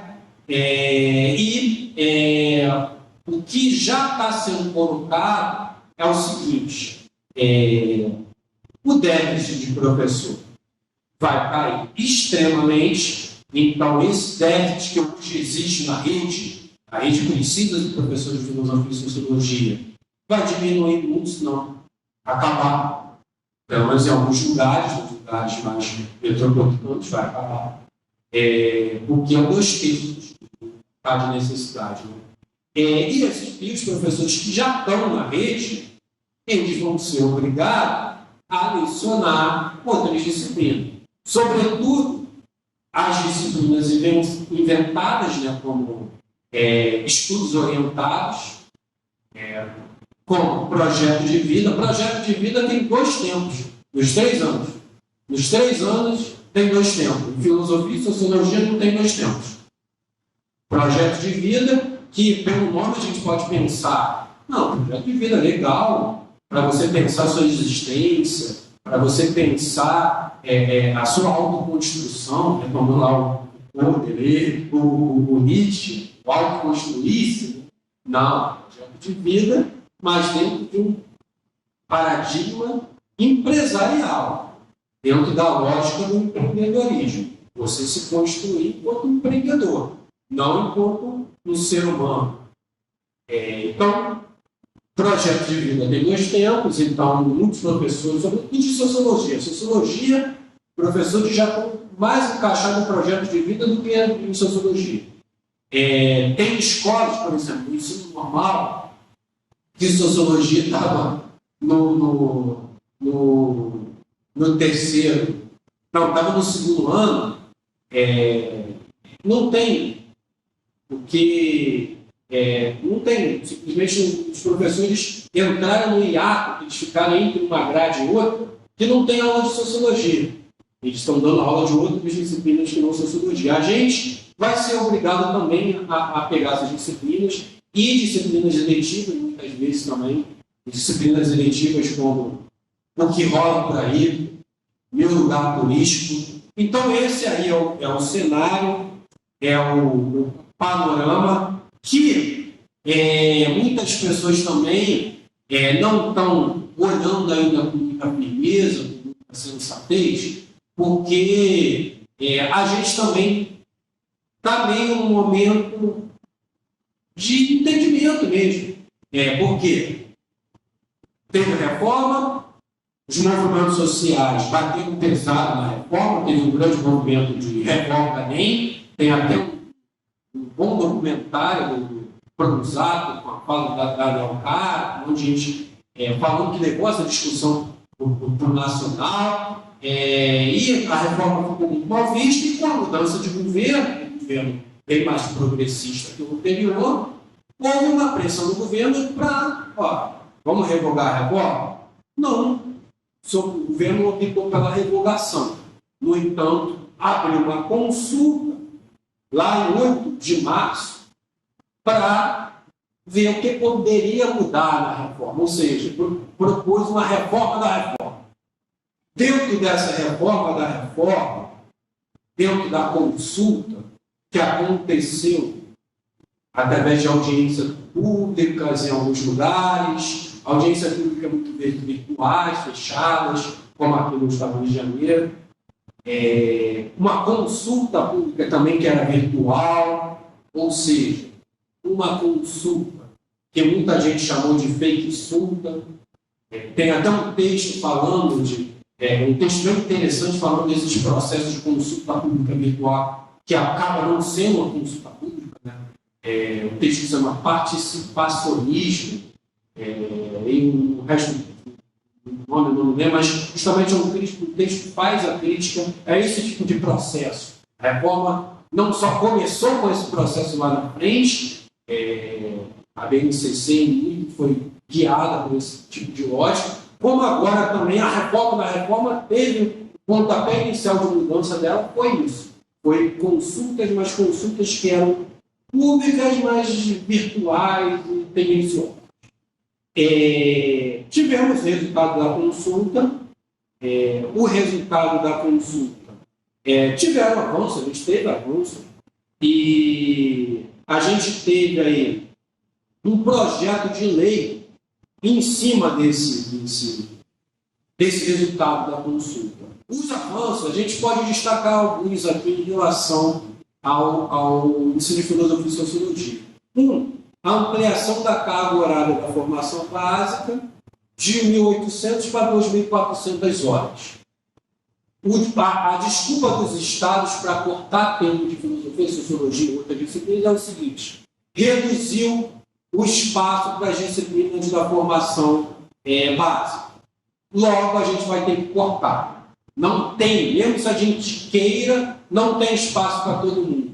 Inclusive em redes mais progressistas, como por exemplo o Maranhão, o discurso não, a gente tentou manter o máximo aqui, mas não teve como botar 2 tempos nos 3 anos. Por quê? Porque tem uma limitação de horas aqui, tem 1.800 só, não dava para colocar todas as disciplinas nos 2 tempos, nos 3 anos, não dava mesmo. Agora, subindo para 2.400, precisa sempre ter. Outro ponto interessante é a definição dos componentes curriculares oferecidos de maneira obrigatória. E aí entra arte, educação física, literatura, história, sociologia, filosofia, geografia, química e etc. Então sai aquele texto lá da obrigatoriedade de estudos e práticas e a filosofia entra como uma das disciplinas ou componente curricular obrigatória, que hoje obrigatória é só português e matemática.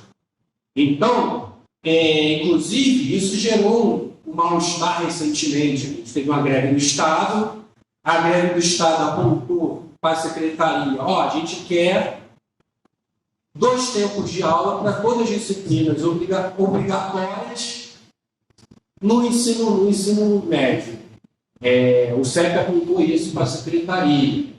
apontou mais, a gente quer todas as disciplinas obrigatórias dentro da ideia de que filosofia, sociologia, todas essas disciplinas eram obrigatórias. Só que aí o governo disse, querem todas obrigatórias? Ok. Assinamos embaixo. Por quê? Porque no texto da BNCC é obrigatório só português e matemática. Então os caras saíram da audiência com a SEDUC comemorando, conseguimos, pelo menos tiramos da SEDUC isso aqui. Todas as disciplinas obrigatórias vão ter nos tempos dos 3 anos. Aí o pessoal comemorou, daqui a pouco chegou uma galera, mas peraí, disciplinas obrigatórias? Segundo o texto lá, disciplinas obrigatórias são português e matemática, ou seja, isso que eles falaram não diz nada. Não diz nada. Mas então a gente vai lutar para o entendimento que obrigatório mas na prática o governo enganou o sindicato. Mas passando isso aqui, por exemplo, o sindicato vai poder cobrar. Filosofia também é isso obrigatório. Como vocês falaram que vão botar todos obrigatórios com 2 tempos nos 3 anos, vocês têm que colocar filosofia nos 3 anos obrigatório. Então tem coisas lá da consulta que foram colocadas no projeto de lei 5.230, de 24 de outubro, que são bem interessantes, são bem favoráveis para a gente, para a filosofia e todo, por exemplo, disciplinas também. Não é a revogação que era o que os movimentos sociais e muitos dos militantes, estudiosos da área da educação estavam defendendo, mas temos aspectos positivos nesse projeto de lei. Contudo, a gente tem ainda alguns pormenores aí. Mesmo esses avanços pontuais, eles ainda vão depender das emendas. Estão sendo feitas emendas, inclusive já está disponível lá as emendas por projeto de lei. Muitas emendas, inclusive, feitas pelo aquele japonês lá, o Kapekuri, que é uma figura aí da direita que, se a gente retomar lá atrás, teve um ato dos professores sendo espancados ele da janela rindo, contando para os professores e tudo. Então, ele botou várias emendas.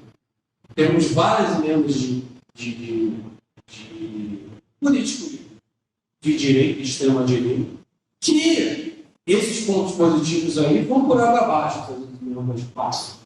Tem algumas emendas lá interessantes no sentido positivo também, mas a maioria no sentido negativo. E faz uma votação. A gente tem um cenário onde o Congresso está hegemonizado pela direita e pela extrema-direita.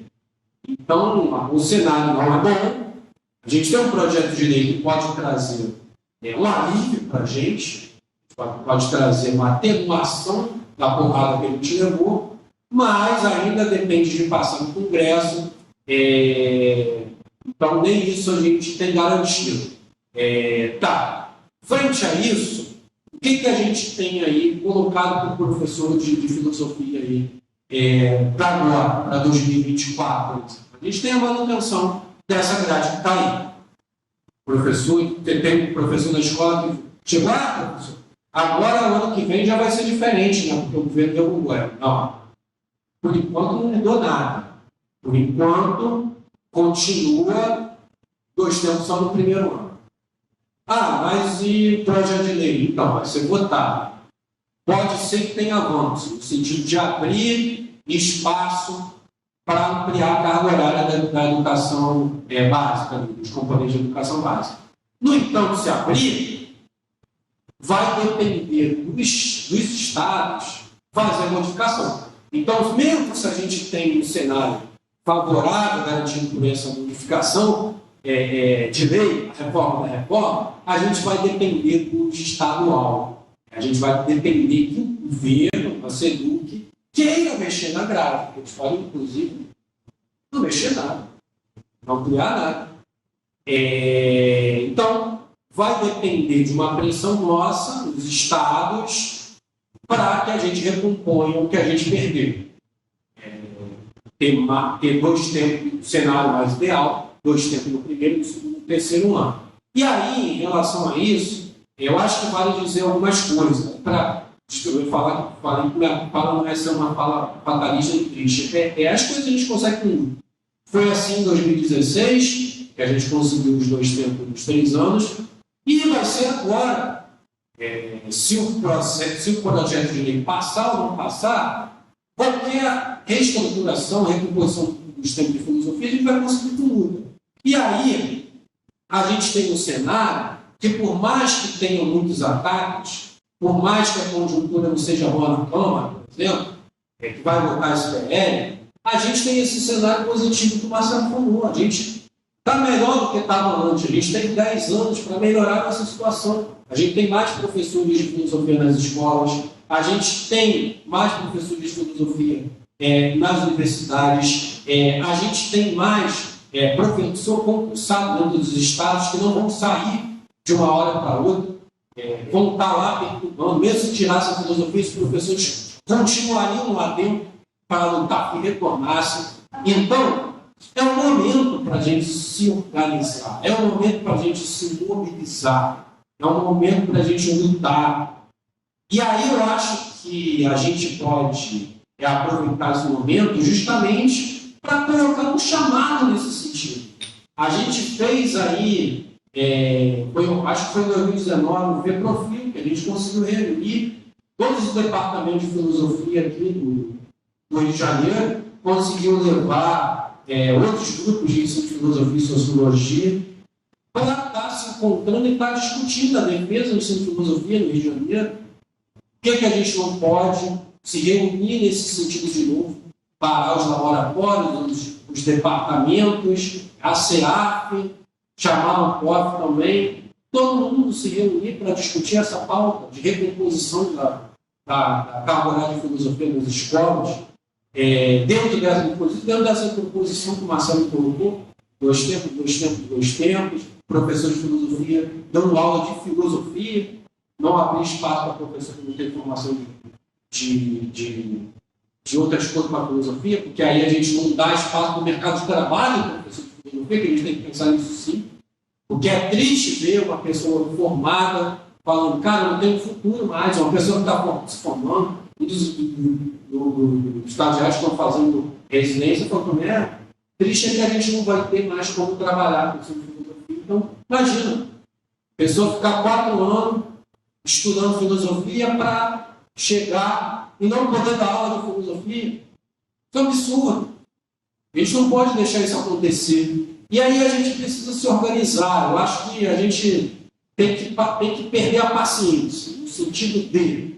tem muito tempo que a gente está enrolando para isso. Toda hora a gente tem uma tentativa diferente nesse sentido. A gente recentemente teve um encontro do pessoal do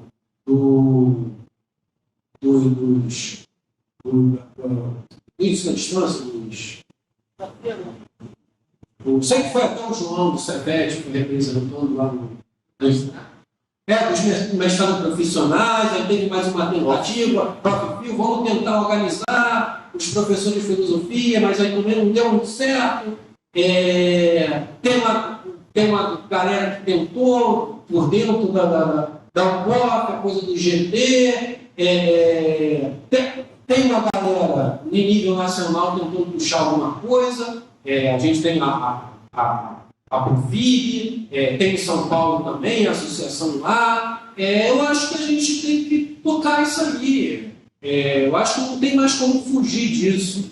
E talvez aqui no estado do Rio de Janeiro seja a gente fazer via CEAF. A CEAF está construída, essa parte burocrática de construir uma associação talvez seja a parte mais chata para quem é da filosofia, do dissenso, da problematização, sentar para ver essa parte burocrática, talvez seja um passo mais difícil. A gente tem um espaço da CEAF organizado, já burocraticamente, a gente tem um histórico da CEAF, da defesa do ensino de filosofia, desde a época da ditadura militar, que expurgou a filosofia dos currículos. Então a gente tem que se organizar. E eu acho que aqui no estado do Rio de Janeiro, essa organização pode se dar por dentro da CEAF.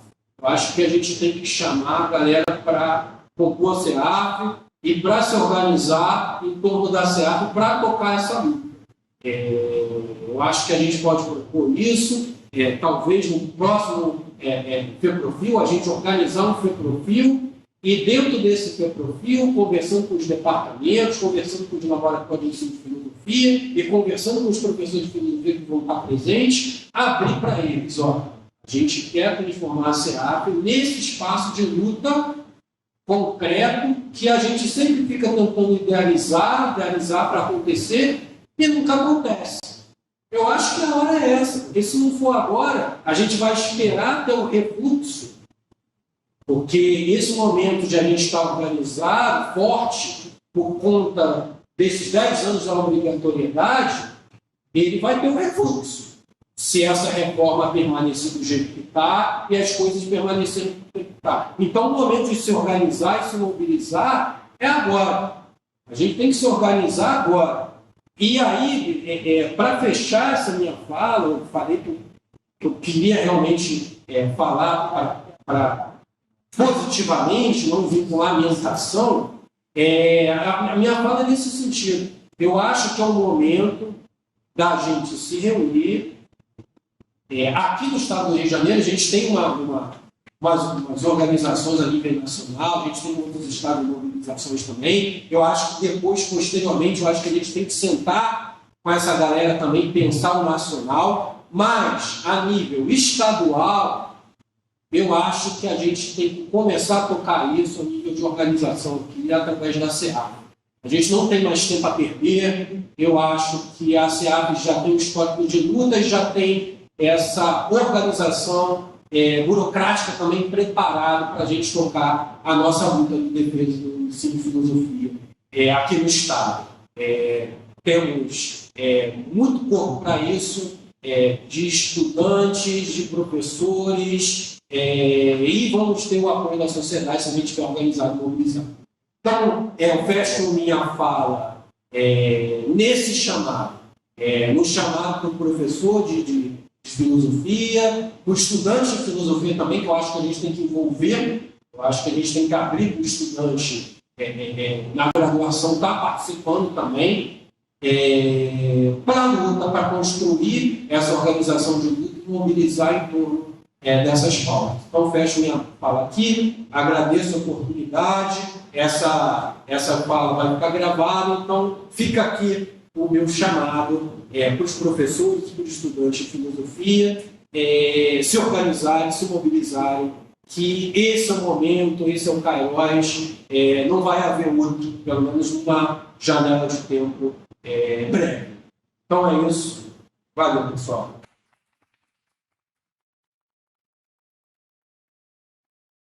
Bom, Diego, obrigado, né, por você trazer todos esses dados, essa leitura realista e,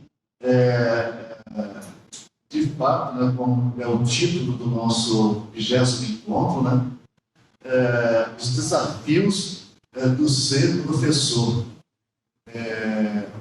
E você, como o Marcelo, nos mostrou que o desafio, além de continuar, se agravou, né? Como a gente diria o seguinte: não podemos esquecer que os professores e os professores de filosofia, obviamente, somos trabalhadores e historicamente os trabalhadores têm sofrido, né, uma precarização do seu trabalho.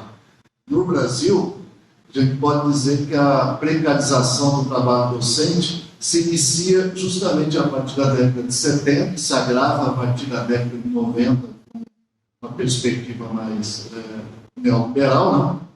E eu me lembro que na fala do Marcelo, disse que alguns criticam, né, que a carga horária dos professores em relação à carga horária do trabalhador em geral é muito pequena, e que se trabalha pouco, né, as horas de aula.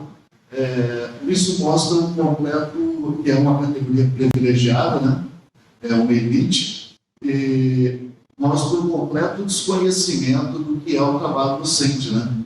E o trabalho docente, ele não se reduz às horas de aula. Para cada hora de aula, tem N horas de trabalho fora da sala de aula, de preparação, de estudos e outros mais. Além disso, na década de 40, 50, né, do século XX, a categoria dos professores estava entre as 17 categorias mais bem pagas do Brasil. Eu pergunto, e hoje? Né?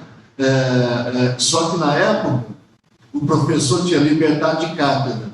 Hoje tem que seguir a cartilha do governo, né? Tem que seguir a cartilha da escola. O professor tinha respeito social, tinha um salário condigno, né? Hoje a gente vive com arroz salarial. E a carga horária, 12 horas, hoje quanto? Né? Então, temos que analisar isso muito cuidadosamente, porque é curioso que, historicamente, se tira o controle do professor sobre o processo educativo em nome de melhorar a qualidade do ensino. Curiosamente, é justamente quando tira, né, o poder de cátedra do professor é que cai a qualidade do ensino. Quando se arrocha o seu salário, então, para resumir, para melhorar a qualidade do ensino e da aprendizagem na escola pública no Brasil, nós temos que melhorar as condições de trabalho do professor, as condições de trabalho dos profissionais da educação na escola, né? Só assim vamos melhorar as condições de trabalho dos estudantes. Bom, teríamos muito a falar aqui, né? E dizer que temos ainda muito que, pelo que o Marcelo e o Diego nos colocou, temos uma luta dura ainda pela frente e o horizonte não mostra uma solução fácil, nunca é fácil, nem rápida, e muita pedra no caminho, como dizia o poeta, né? O Marcelo citou alguns poetas, como diziam nossos poetas, de uma pedra no caminho de uma pedra. No nosso caso, os professores de filosofia e dos professores em geral, nós não temos uma pedra, nós temos uma pedreira inteira, uma pedreitura, aí é muito difícil.